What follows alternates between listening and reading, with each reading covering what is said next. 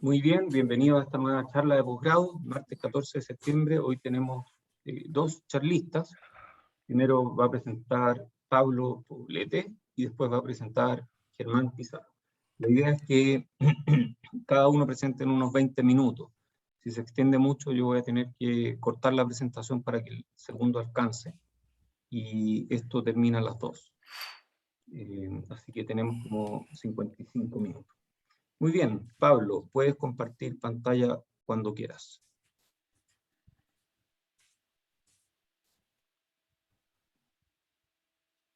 Perfect. Can you see my screen? Yep, we see it. Nice. Okay, so I wanted to start this presentation with the following question. Did Tesla was wrong in establishing AC transmission as the best way for transmitting power in our grids? Well, after 2 centuries, the war of currents about which technology, AC or DC, is the best seems to be back on track thanks to the advances in power electronics. Good afternoon to everybody. My name is Pablo Paulete, and today I will introduce you to a promising technology for our future DC grids, the modular multi-level converter. Okay, so why high voltage DC grids? Is there an advantage? Well, the truth is that power electronics engineers do not recommend only DC grids in order to create more job opportunities for the future, but also because you can have economical benefits with DC transmissions over long distances. For example, if we compare the cost of the DC terminal system, the conversion system, we can clearly see that the cost is much higher than the AC substation. However, as the DC line cost is cheaper, for over a certain critical distance, you can obtain more affordable projects using DC transmission. As a consequence, we are seeing new projects every year. For example, the ones here in the North Sea, where new DC lines are being built between countries such as the UK, connecting the UK with Norway, Denmark, Germany, etc. And also, very important thing that we are, thanks to HVDC, we are able to transmit energy generated in wind farms located at the middle of the sea to the continents. Well, other case of success is the DC grid in China, where HVDC is being key to provide stability between AC grids of different cities and also transmit renewable energy that is generated in very far places, such as the northwest of China. So HVDC technology will allow the creation of an interconnected worldwide system, which are very exciting news for us, as Chile has one of the best, if not the best, radiation in the world. So we have the potential to become one of the most effective providers of solar energy to the entire continent, which is why I think this technology is very exciting for us. Okay, so the outline of the presentation. We will talk a little bit today about the MMC topology and its basic operation principle. Then we will talk about some converter control challenges, how this converter is controlled, and our proposal. And well, then dependent of the time, we will jump directly to conclusions, or if we have time, we will talk about the opportunity to reduce the size of these converters only by improving its control system. Right, so the MMC is a bidirectional AC to DC multi-level converter, which is schematic is depicted in this figure right here. So basically, the MMC has 3 legs, one for each face. These ones are called the legs, and each leg is divided in 2 arms, the upper arm and the lower arm. These arms are formed by the series connection of n submodules, which this n number can move between 4 up to 500 submodules per amp. And the basic unit here is the Halfrich submodule, which is the most typical one, which only contains a floating capacitor and two IGBT devices. These IGBT devices are used to decide if we connect this capacitor to the output, to the leg, or well, we can use these IGBTs to bypass the capacitor. Right, so other way to think the MMC is like this schematic. So you can consider each arm as a controllable voltage source, which can produce a DC or AC voltage. And the idea here is to determine which voltage do you have to apply in each one of the arms in order to provide, for example, balanced AC currents at the output and a DC current at the DC port, and if necessary, for example, circulating currents for controlling the capacitor voltages. So this topology is scalable and we can meet any voltage requirement here in DC. Usually these converters can handle 500 kilovolts. This topology also is fault tolerant because if one module fails, then you can use the others to bypass the module. And when its main applications are HVDC, flexible DC transmission systems, and high power motor drives. Okay, so how we control this converter? Here is the basic idea. So actually what we do is we control when to connect or disconnect each capacitor to the leg. So for example, here at this time, we decided to connect all the capacitors of the upper arm, and in the following sample time, we disconnect one and connect one of the lower arm. In this way, we can obtain a staircase waveform, very standard in power electronics. And if we are using a modulation stage, then this staircase will have a high frequency. So that's all. Now you, it's a pity, but life cannot be as easy for us, right? So the difficulties here arise because we have to tackle multiple control objectives in the modular multi-level converter. So we are not just controlling one voltage or one current, but we have to meet several objectives in order to operate the converter safely and efficiently. So for example, some typical control objectives are the control of active and reactive power, which is done by the output currents, but also you have to balance each floating capacitor, suppress any current that is not desirable, which causes extra losses, balance the energy between arms, and balance the total energy of the leg, for example. How this is done? Well, under classical control schemes, which is the standard nowadays, you require multiple control loops in order to tackle these different control objectives. So I like to think about the classical control schemes under this phrase, divide and conquer. So you have the entire converter here, which is a large problem, and you tackle each problem individually. For example, you model one plan for the output currents and you control it. You model one plan for circulating current, and so on and so forth. And at the end, you mix everything at the modulation stage and obtain the final voltage that has to be applied by that respective arm.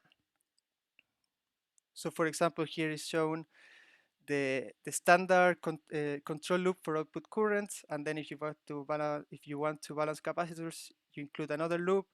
You want to balance the energy, another loop, circulating currents, another loop, and so on and so forth. Okay, so that was the classical way of controlling multi-level converters. However, nowadays it is becoming very popular to apply new multiple input or nonlinear control techniques, such as model predictive control. You can see here in this slide, for example, the number of IEEE publications in the area of predictive control in power electronics in base of the year, and we can see that in the last 20 years, this area has experienced an exponential growth. An interesting fact here is that one of the most popular papers is from a Chilean professor, Jose Rodriguez. And when also that since 2015, we already have products on industry with model predictive control in power electronics. So it is very popular right now, but it's a recent area of research. Before talking how MPC works in power converters, let's talk about how MPC works in general terms. So I like to imagine MPC like a chess game, in which the player calculates in advance all the possible moves until a prediction horizon, and then he chooses the move with the best expectation of success. MPC does basically the same. At some point, you measure the sensors, you predict the possible input sequence, and you obtain the one you think is the best in order to achieve your reference trajectory. So in power converters, what you do is you model the power converter and the electrical load, which can be an electrical machine, power system, etc. You use a cost function in order to penalize the tracking error, the control effort, efficiency, whatever you want. And then you select the best switching sequence that can minimize this cost function in order to control the converter. So, well, we can do a brief comparison between the standard finite control set MPC and classical control schemes in power electronics. We can come up with the following table. So for multiple input, multiple output systems, we know that classical control has to apply several control loops. On the other hand, MPC can include everything on its cost function very easily. If the system is non-linear, then in classical control we linearize. In model predictive control, the model has all the info, so it can be non-linear. Dynamic performance of classical control is good, but MPC can be better. Harmonic distortion, well, in classical control, since the PWM modulator, you have a fixed switching frequency with a well-defined voltage spectrum, whereas on MPC you have a spread voltage spectrum with variable switching frequency. And finally, a big drawback of MPC is the computational burden, in which we know PIs runs very fast, PI controllers, but optimization is difficult to solve, and in power converters, the difficulty of the problem increases with the size of the power converter. It actually increases exponentially, so it's difficult to apply these techniques to MMC. In order to tackle these last two drawbacks of MPC in MPC, we at PECLab proposed the sequential phase-shifted MPC for MMC, which already had been published in a transaction journal. So basically what we did here is we modeled the MMC applying the Kirchhoff voltage laws and Kirchhoff current laws in order to obtain one state equation for each capacitor voltage and each inductor current. And also we study, in the second hand, we study the best way of implementing phase-shifted pulse width modulation to this converter.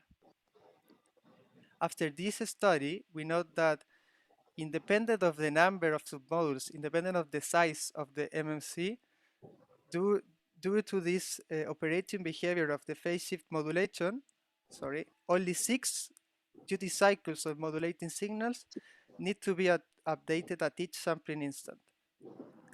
And we took advantage of that. So we considered that the behavior of the modulators, and we considered it in the optimization problem and in the modeling. So we came up with a new model, which is called the sequential average model. And we applied this model to a sequential optimal control problem. The novelty of this is that despite of having a nonlinear model, you can find the unconstrained solution to the optimization problem analytically. Also, as you are only updating 6 duty cycles at each time, the matrices for calculating this optimal solution has fixed dimensions. So the computational burden is reduced and this proposal is totally scalable. So because in power electronics, nobody believes you if you don't prove it in the lab, we carried out experimental results. But before showing the results, I wanted to show you this picture of ABB showing how it looks, a building with an HVDC transmission system with IGBT technology. So, well, this is the ABB MLC, and then here on the right is our scaled down prototype. So this is our prototype. This is no one.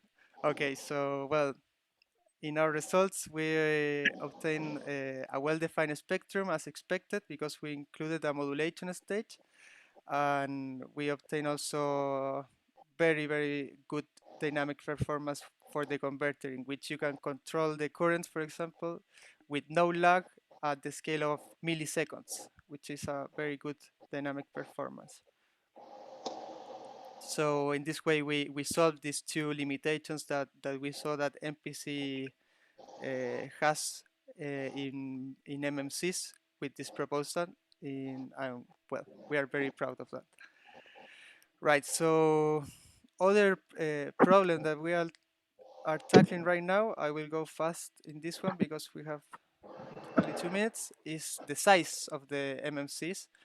So as you can see, the 50% of the total volume and the 80% of the weight of each submodule is the capacitor. However, this capacitor has to be so big in order to handle the ripples that it experiences on its normal operation. So to decrease these ripples, what we do was instead of just proposing a controller to govern the internal states of the converter, we also create a stage to design the best reference possible, optimal reference, in order to obtain the desired output currents but decrease the capacitor voltages. And we obtain some promising results. For example, here I'm comparing for different operation points of power factor and modulation index the normalized ripples between this is the standard way of controlling the MMC, other ways of minimizing ripple, and our proposal. And we can see that we minimize the ripple almost at every operation point in around 40 to 50% when compared to the standard way of controlling the converter. Of course, this comes at the expenses of introducing circulating currents, so the losses can be increased. However, it's the task of the final engineers of the converter to decide if they prefer more losses and lower capacitors or bigger capacitors and more current capability. So for example, this is a simulation result when the capacitor voltage is decreased by injecting circulating currents, and here the capacitor voltage are decreased by introducing circulating currents and also exotic voltages and at the modulator stage. Right. So final conclusions. The MMC will be crucial for HVDC worldwide grids with remote generation points since it efficiently transmits energy over long distances. Some advantages of this converter are related to its excellent dynamic performance and its flexibility. And well, MPC control can provide new alternatives to improve the operation of MMC. However, the challenges of MPC are related to its high computational burden and its real-time implementation. Well, thank you for your attention. And if you have any question, please feel free to ask it. I will answer it happily. Thanks, Pablo. You were okay with the time. Now we have a few minutes for questions. Do we have any questions from the audience?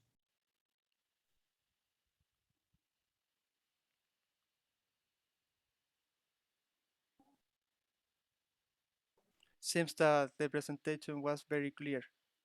Yeah, definitely. or everybody was sleeping. That's a remote option, I think. Well, for remote people, maybe. Oops. Okay, so no questions? Yeah, apparently we don't have any questions. Okay, Pablo, thank you so much. And we move to, we move to Germán then. Good presentation, Pablo. Thank you, thank you. Yeah, it was very good. I like the minis.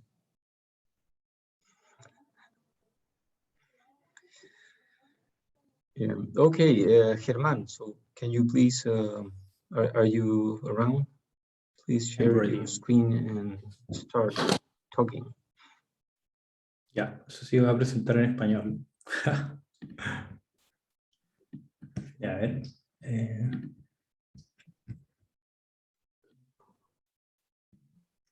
Ahora estoy listo. ¿Estamos? Sí, dale. Ya, perfecto, ya. Hola, mi nombre es Germán Pizarro, soy alumno de Magíster con Felipe Núñez y les voy a presentar mi trabajo denominado Graph-Based Distributed Motion Planning in Tight Multilane Platoons.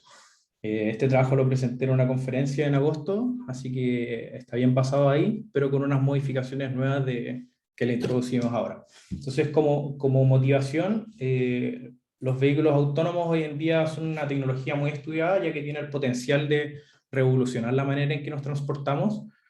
Sin embargo, la coordinación de estos autos se lleva estudiando durante muchos años por lo que es el platooning. Platooning básicamente es coordinar los autos en una sola pista y así mejorar la capacidad que tiene cada camino, mejorando un poco la velocidad a la que van los autos.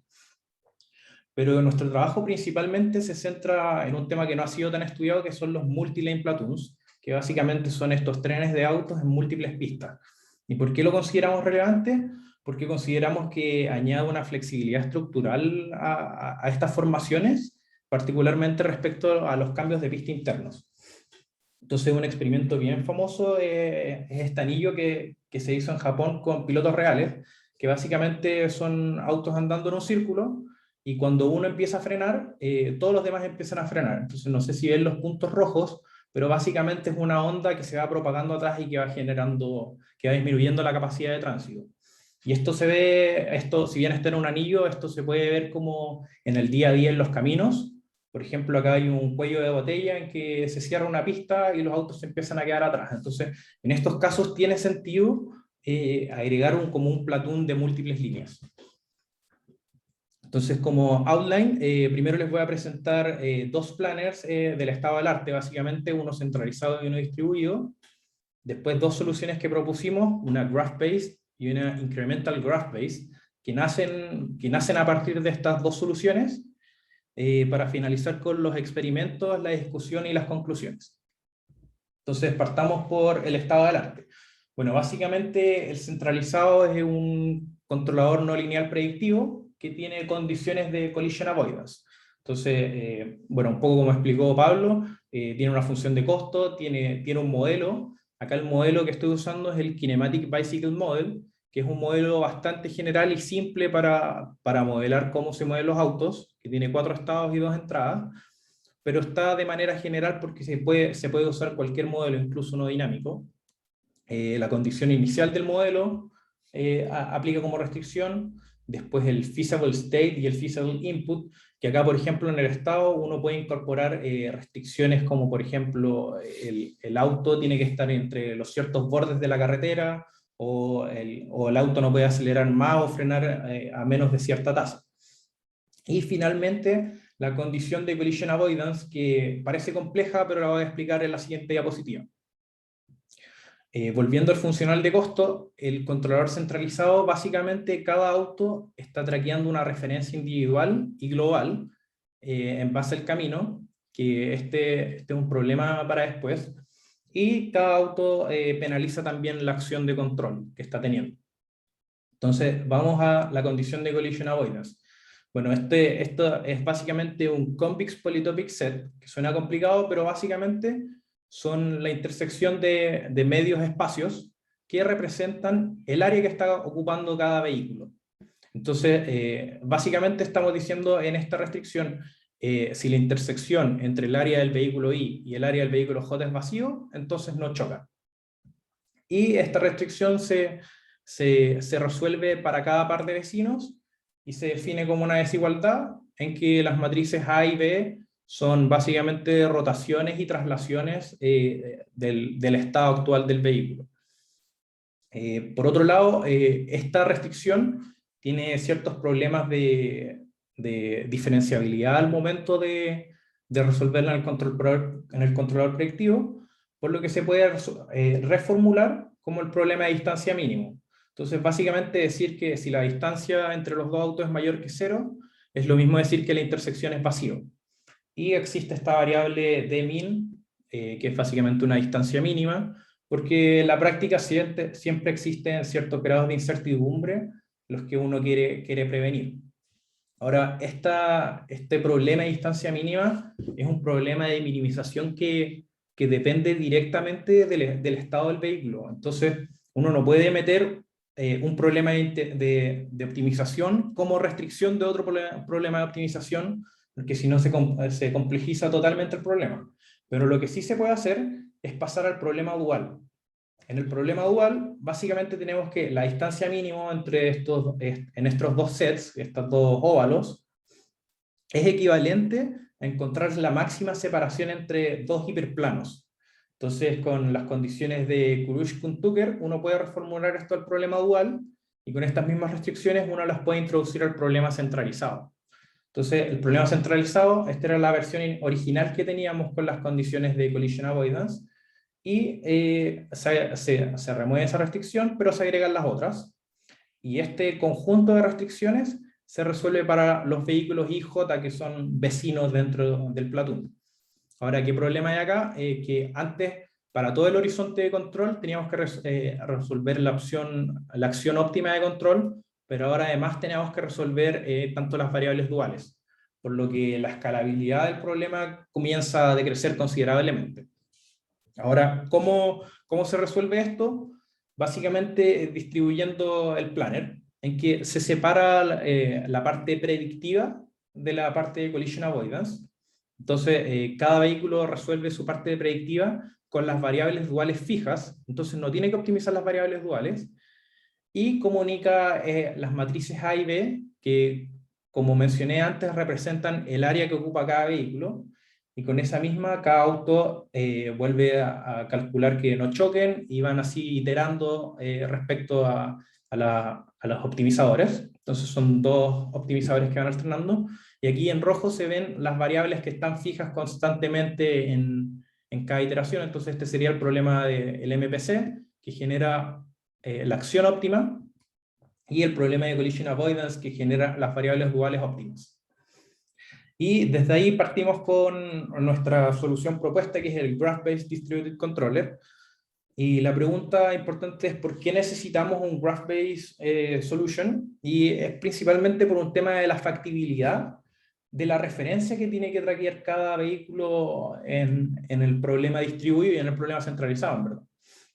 Y el tema es que esta factibilidad está asociada al largo del horizonte de predicción, porque si tenemos una referencia que no es suficientemente factible, puede que en el punto actual el optimizador sea capaz de movilizar los vehículos en una trayectoria válida, pero que inevitablemente no puede evitar un choque. Entonces, por eso esta referencia tiene que tener un grado de factibilidad, y desde el grafo esto se puede solucionar de manera más simple. Entonces, ¿cómo lo hicimos? Generamos dos niveles de collision avoidance, un bilevel collision avoidance, en que existe un lazo superior que intenta evitar formaciones libres de choque. Entonces tenemos el diagrama del grafo de collision avoidance, que este sería el low level collision avoidance, y agregamos el lazo superior que al final se encarga de realizar formaciones de collision avoidance, y esto básicamente comunica un grafo de referencia al DNMPC, Distributed Nonlinear Model Predictive Control, para resolver el problema. Pero básicamente la estructura es muy similar al distribuido. Entonces aquí el lazo superior planifica collision free formations, formaciones libres de choque en una escala de tiempo mayor que el otro, y lo que hace principalmente para lograrlo es desacoplar los movimientos en movimientos longitudinales y laterales. Entonces un auto o se mueve para adelante y hacia atrás, o se cambia de pista. Y por otro lado, la solución en base a grafos planea trayectorias libres de choques en una escala mucho menor que el otro. Y aquí lo que hacen principalmente, como es en base a grafos, los autos dejan de traquear una referencia global respecto al camino o a la carretera, sino que ahora empiezan a traquear referencias relativas. Entonces, yo me posiciono respecto a qué tan cerca estoy de mis otros vecinos. Ahora, esta era la función de costo que teníamos inicialmente, que cada uno traqueaba a la referencia global y penalizaba el funcional, la acción de control, y transicionamos a una nueva función de costo, denominada J2, en que también tenemos la penalización a la acción de control, pero ahora lo que hacemos es calcular las referencias relativas a los vecinos. Entonces, esta restricción dice, yo soy el auto I, quiero seguir la referencia respecto al vehículo J y tengo que estar a esta diferencia con el estado. Y con esta restricción, dado que es un problema distribuido, el Platoon ya puede converger a una formación, a la formación que le pido. Pero ¿qué problema hay acá? Que como estoy traqueando referencias relativas, el Platoon puede converger en cualquier posición del camino y a cualquier velocidad. Entonces agrego una tercera parte, que es básicamente un libro virtual, que le dice a cada auto a qué velocidad tiene que ir y en qué posición respecto al borde de la carretera tienen que estar. Entonces como que hace una acción de pin a la formación respecto al borde de la carretera y a qué velocidad tiene que ir. Entonces, nuevamente en detalle cómo funciona el control distribuido en base a grafos.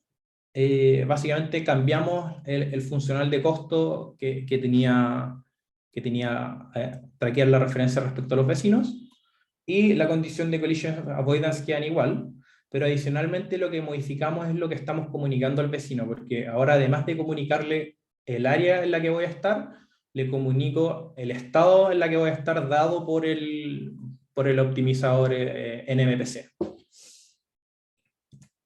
Ahora, ¿cómo funcionan las formaciones? Bueno, las formaciones está dada por un grafo en que cada vehículo, cada nodo del grafo representa un vehículo. Entonces tenemos, por ejemplo, una condición inicial, después tenemos una formación tipo steady state. Si quisiera ver un cambio de pista, lo que hacemos es que un vehículo retrocede y otro avanza, después efectivamente se cambian de pista, y después volvemos a un steady state. Entonces aquí lo relevante es que la distancia entre los vehículos del final y del comienzo del Platoon no cambia. Entonces no estamos propagando perturbaciones ni para los autos de adelante ni para los autos de atrás, lo que quiere decir que podríamos funcionar a la máxima capacidad del camino. Bueno, cada nodo del grafo representa un auto, traqueamos referencias relativas y los movimientos se desacoplan entre lateral y longitudinal. Y ahora pasamos a la segunda solución, que es el Incremental Graph Base. ¿Y por qué necesitamos una solución incremental? Básicamente es porque el distribuido y el Graph Base confían ciegamente en la información que es comunicada por los vecinos. Entonces, por ejemplo, el distribuido, indirectamente en las condiciones de collision avoidance, está usando la información de los vecinos, ya que comunica el área en la que va a estar. Y si esta área está sesgada, tiene un bias, entonces yo cuando recibo esa información puedo calcular mal mi información y terminar en un choque. Y por otro lado, el graph base lo que hace es que ocupa directamente la posición del estado del vecino en la función de costo. Entonces puede concluir en lo mismo. Entonces, ¿cómo lo solucionamos?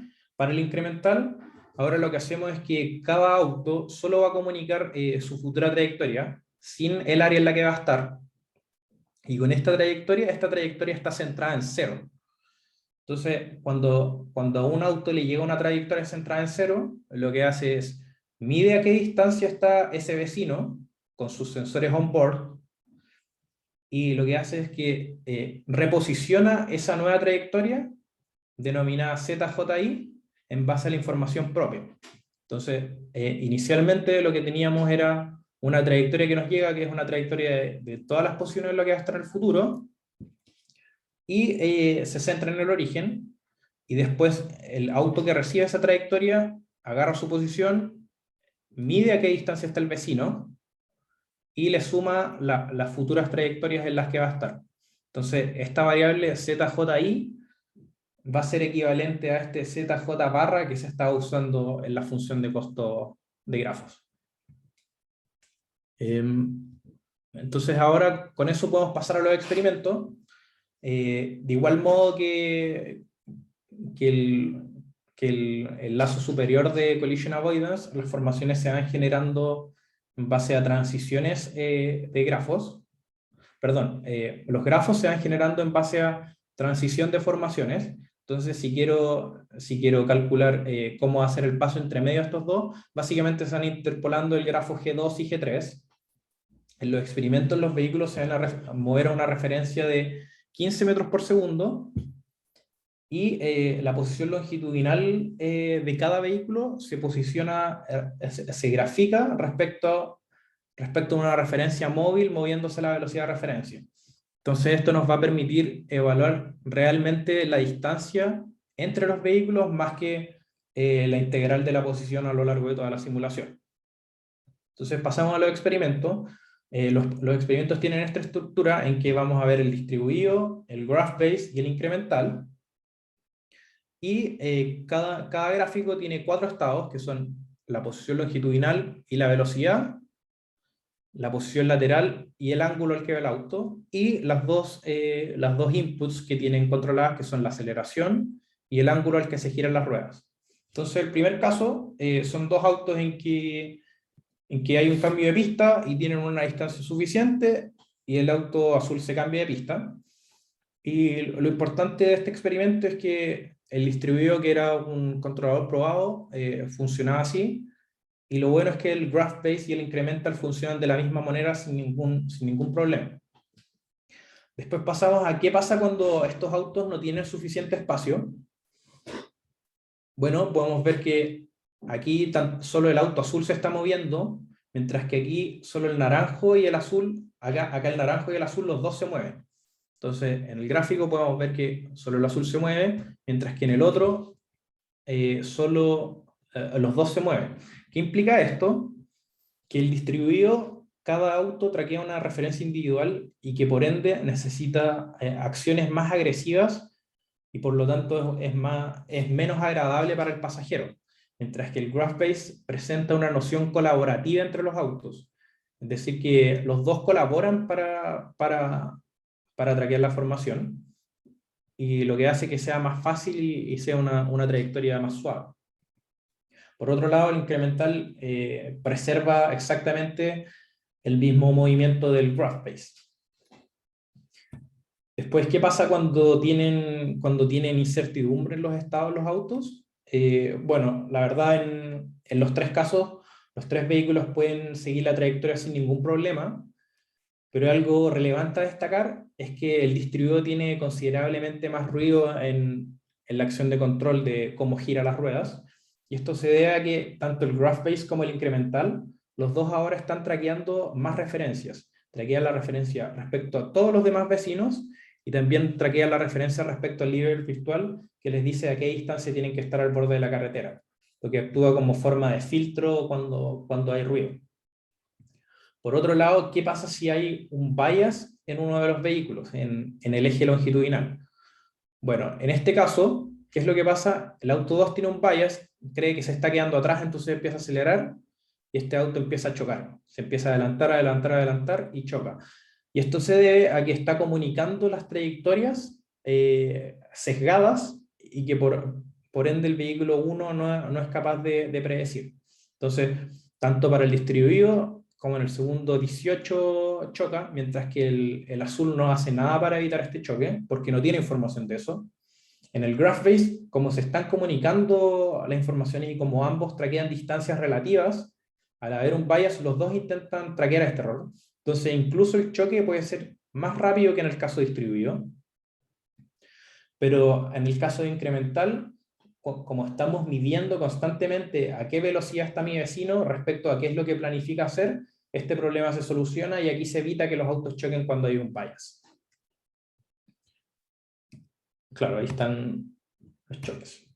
Y finalmente tenemos el caso de escalabilidad del Platoon, que estos son 36 autos, pero yo lo interpreto como un Platoon infinito de qué pasaría si hubieran infinitos autos en la carretera infinitamente largo. Y aquí se ve cómo los autos se pueden reacomodar en distintas secciones del Platoon sin que incremente el problema, la complejidad computacional del problema, ya que cada auto solo se está comunicando con sus vecinos cercanos. Y ahí se ve como hay un merging lanes en la carretera.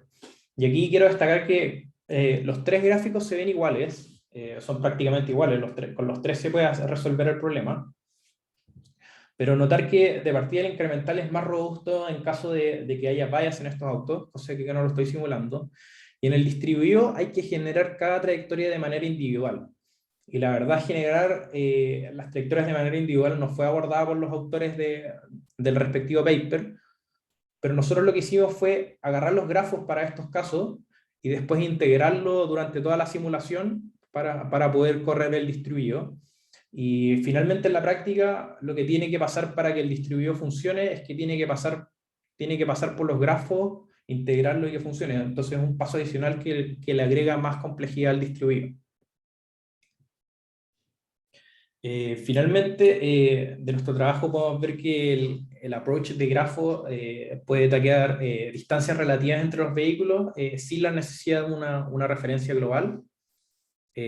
Aquí el caso incremental y el GraphBase pueden operar ante ruido gaussiano de media cero, pero solo el incremental es capaz de rechazar los bias que puede haber en estos estados. Y lo otro importante es que al realizar formaciones y maniobras internas, los vehículos no pierden distancia longitudinal ni tampoco ganan, lo que significa que no propagan perturbaciones hacia adelante o hacia atrás del camino, y lo que significa que si hubiera un Platoon suficientemente largo, el Platoon podría funcionar a la máxima velocidad del camino y sin problemas de generar estas maniobras internas. Por otro lado, como el trabajo futuro que está pendiente es cómo cerrar este lazo, de generar formaciones y estarlo constantemente iterando. Por otro lado, también es importante un algoritmo que sea capaz de generar estas referencias, ya que hoy en día esas referencias están diseñadas a mano. Y lo otro que es importante es analizar cómo varía el desempeño de los planners ante variación de vecinos o aumentar o reducir el número de vecinos durante la simulación. Finalmente, ideas que hay de cómo generar estos grafos, dado que son prácticamente infinitos caminos, una variedad infinitesimal también de agentes, de caminos y de ambientes que están cambiando constantemente. Aquí lo que entra es el approach del learning, y para ser más específico, el reinforcement learning, que cada agente está constantemente interactuando con el ambiente. Entonces, por ejemplo, si lo interpretáramos, acá sería un Platoon que va interactuando con los caminos y va aprendiendo cómo generar formaciones. Pero la verdad este es como un approach en que es un solo agente o en verdad múltiples agentes y hay algo que aprende, una política de acción y que genera acciones para todos, pero eso carece de problemas de escalabilidad. Y la solución más factible que hay hasta ahora es el Multi-Agent Reinforcement Learning, en que todos comparten una misma política de cómo van a generar acciones, y esa misma política aprende de todos para cada caso. Entonces lo que hace es que al final cada auto lo único que tiene que aprender es a qué distancia se tiene que posicionar de sus vecinos respecto a generar un Platoon infinitamente grande. Bueno, muchas gracias por prestar atención y si hay interesados en seguir con este trabajo, idealmente que se comunique conmigo, con Felipe. Muchas gracias. Gracias, Germán. Excelente presentación. Me recordó mucho el movimiento de los electrones y huecos, porque cuando avanza un auto es como que un electrón avanzara y deja un hueco detrás. Claro, o sea, esa sería como la manera óptima de mover los autos. Claro, interesante. Sí, ¿hay preguntas de la audiencia?